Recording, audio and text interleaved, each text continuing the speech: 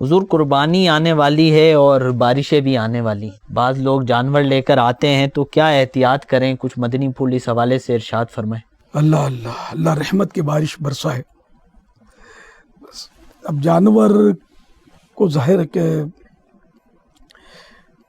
بارش میں چھوڑنا ویسے یہ تو دنیاوی اعتبار سے بھی آدمی سوچے نا کہ میرا مال ہے اور مال کو نقصان نہیں ہونا چاہیے، بیمار ہو جائے گا تو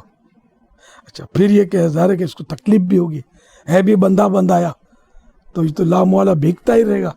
تو اس لیے تو ہو سکتا ہے ظلم کی صورت بھی بن جائے، جبکہ یہ قدرت بھی رکھتا ہے کہ اس کو کسی محفوظ جگہ پر رکھے۔ اسی طرح جانوروں کو دھوپ میں بھی باندھا جاتا ہے، اب بے تحاشا دھوپ پڑ رہی ہے تو جانور بے قرار ہے، کیونکہ اگر یہ آزاد ہوگا تو کہیں بھی پناہ لے لے گا، تو اس لیے ہمیں اس کا خیال رکھنا چاہیے اور ماہرین سے مشورہ بھی ہوتا رہے، جیسے یہ ویٹنری ڈاکٹرز ہوتے ہیں ان سے مشورہ کر لے کہ کتنی ایک دھوپ برداشت کر لے گا، کتنی ایک بارش برداشت کر لے گا، تو اس طرح کا اندازہ ہو جائے گا تو اور اس کو یوں مطلب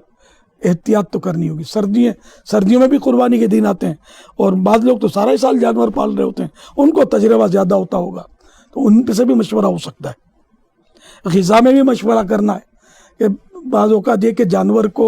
وہ پیٹ لوز ہو جاتا ہے، ان کا بیچارے وہ پانی جیسا جا رہا ہوتا ہے، تو اس کے لیے غذا کون سی دے، کتنی مقدار میں دے، یہ بھی تجربہ کاروں سے مشورہ کرنا چاہیے۔